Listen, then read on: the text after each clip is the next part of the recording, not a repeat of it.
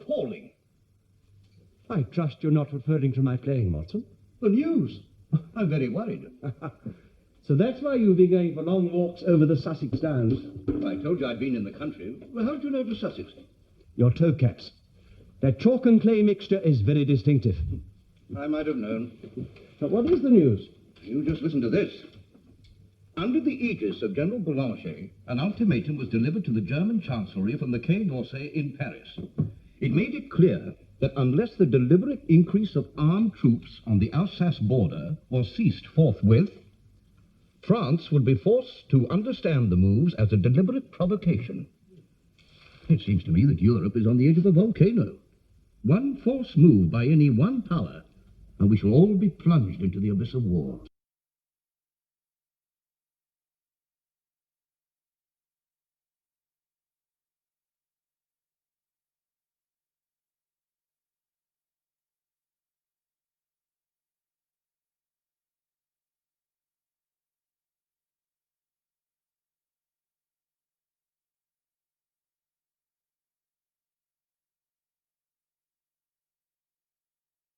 I think some actors have tended to make Watson, they can't resist the thing of making him a comic, and therefore making him a little foolish. Some, not all. And I don't think a man like Holmes, who after all has a brilliant brain, I don't think he would have put up with a fool. He needed someone.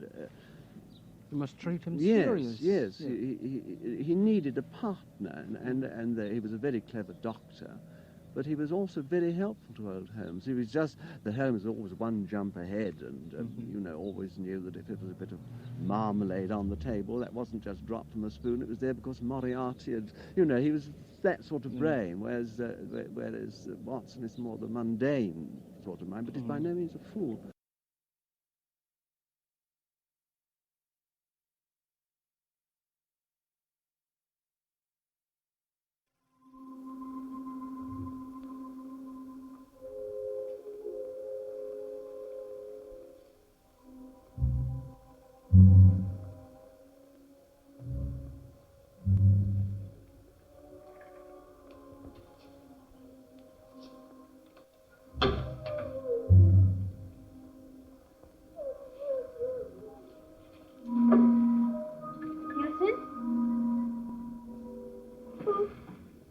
Saunders, madam. Oh, Miss Saunders. It's dark.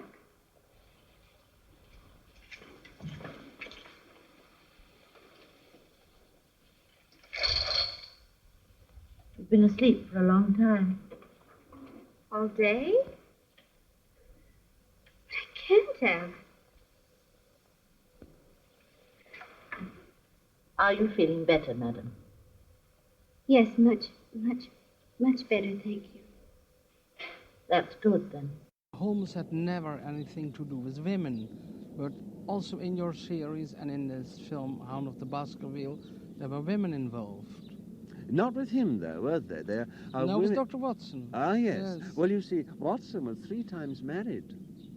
He was indeed. But the thing about Holmes, if you read these stories, I think it was partly to do with Conan Doyle got very tired of the character Sherlock Holmes, as you know, and he tried to kill him off, and the public wouldn't have him, so he had to bring him back again. And therefore there are 1 or 2 inconsistencies in those stories.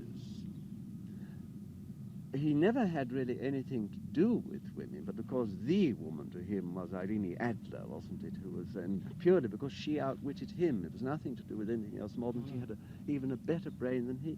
But he was absolutely wonderful with women, apparently, if you read the books. He was courteous and polite, and they adored him.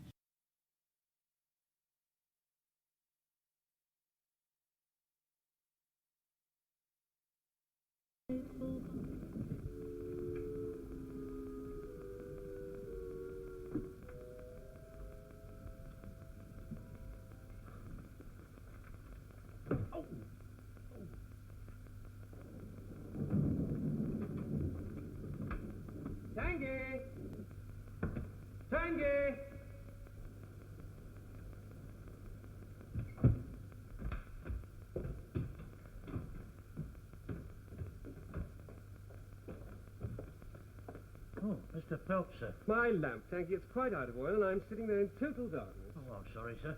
I was just making you some coffee. I must have dropped off. Yes, we'll bring some oil, like a good fellow. I can't work in the dark. What on earth's the matter, Tanky? Tanky!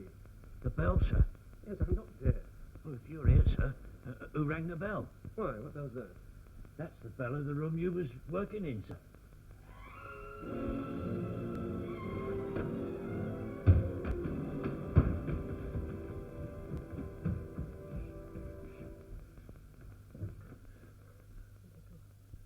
I've never been a very plump person, but I had a bit more weight than I have now. But just prior to doing this film, The Hand of the Baskerville, I'd gone to Spain to make a picture. Now, unfortunately, Spain doesn't agree with me. I always get a tummy bug, so I would get rather ill, and I get emaciated. And I came back looking like a skeleton. And all the film companies said, well, this is marvellous that you should go to such trouble to slim down for this character, which always looks very sort of gaunt, you know, a lot of big nose and everything. And it wasn't at all, it was just purely coincidental. And what amazed the costumiers was that when I went to be fitted, they were all ready to make me a tweed suit.